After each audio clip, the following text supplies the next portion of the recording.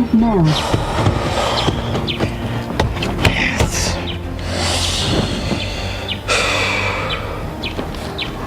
Bonjour. Comme vous voyez, ma voiture ne démarre pas.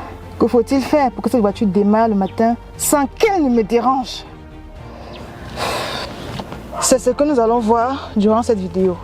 Mais avant, prenons la réaction des Camerounais. Pour démarrer ma voiture le matin, je me rassure si j'ai le carburant dans la voiture et si mon huile est à un bon niveau. Ouais, pour démarrer ma voiture le matin, je dois jauger le moteur et je dois regarder s'il y a l'eau dans le radiateur. S'il y a l'eau dans le radiateur, s'il n'y a pas l'eau, je dois remplacer l'eau et je démarre la voiture. La deuxième des choses, je dois essuyer ma voiture. La quatrième des choses, je dois attendre au moins 1 heure de temps. Dès que le radiateur doit déclencher, dès que le radiateur, le ventilateur déclenche, je déplace la voiture. Je sais que le moteur a chauffé. Avant de démarrer son véhicule le matin, il faut faire ce qu'on appelle un check-up. Et le check-up consiste à ouvrir le capot, contrôler le niveau d'huile de frein, le niveau d'huile moteur et le niveau d'huile d'embrayage et d'autres liquides, comme le liquide de refroidissement et le liquide, l'eau de surglace et eau. Et lorsque le niveau d'huile de moteur est bon, là tu peux aller, tu démarres et tu réchauffes le moteur et je pense que tout serait mieux.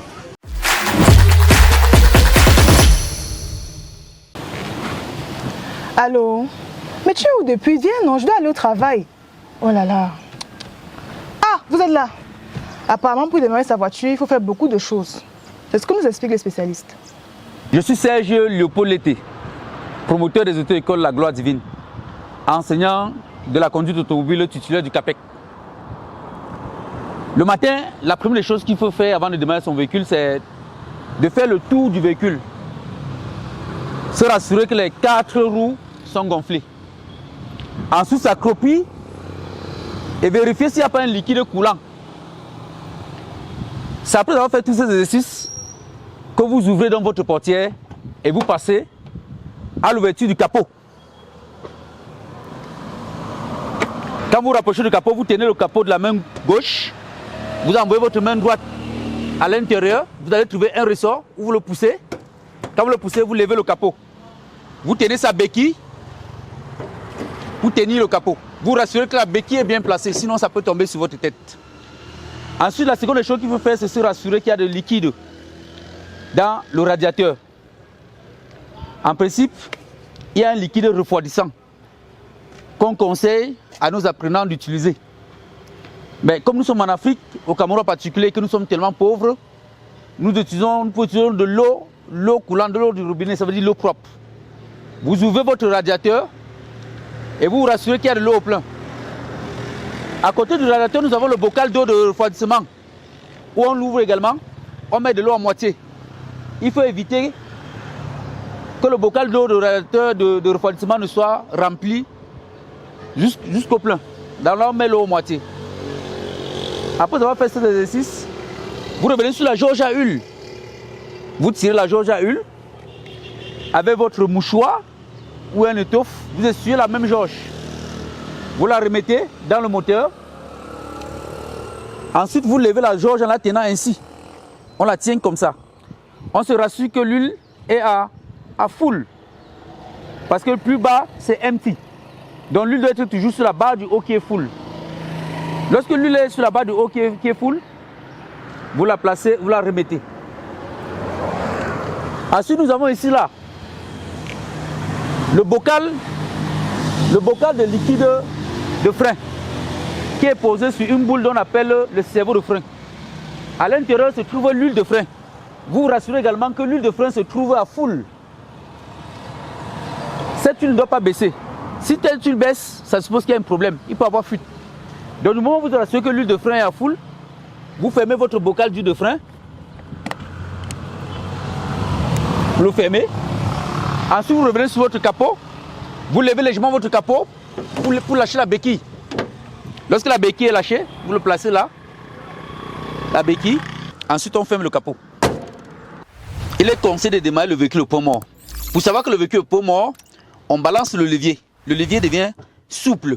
Il balance de gauche à droite, de gauche à droite. Ça suppose qu'il est au point mort. Il est souple là. Vous passez votre clé, comme j'ai dit tantôt. Si c'est un véhicule à essence, on peut démarrer directement. Si c'est un véhicule diesel, on tourne la clé à on. Quand on tourne à on, tous les voyants s'allument et on attend que le véhicule préchauffe avant de démarrer. Mais comme c'est un véhicule essence, je le démarre directement. À peine démarré, je passe ma vitesse en premier puisque je suis démarré en point mort. Je baisse mon frein à main. Quand je baisse mon frein à main, je tiens mon volant en position 9h15. Je passe le clignotant pour indiquer à véhicule qui vient en arrière que je vais sortir vers la droite. J'observe mes rétroviseurs parce qu'il faut le dire, il faut toujours régler tous les rétroviseurs avant de démarrer le véhicule. Il faut le dire. Avant de déplacer le véhicule, on se rassure que les rétroviseurs sont OK. Quand j'ai tenu mon volant en position 9h15, je cherche ce qu'on appelle le point de patinage à travers les pédales. C'est-à-dire le point de patinage, je le cherche avec le pied gauche qui est sur l'embrayage. Je libère progressivement l'embrayage et légèrement.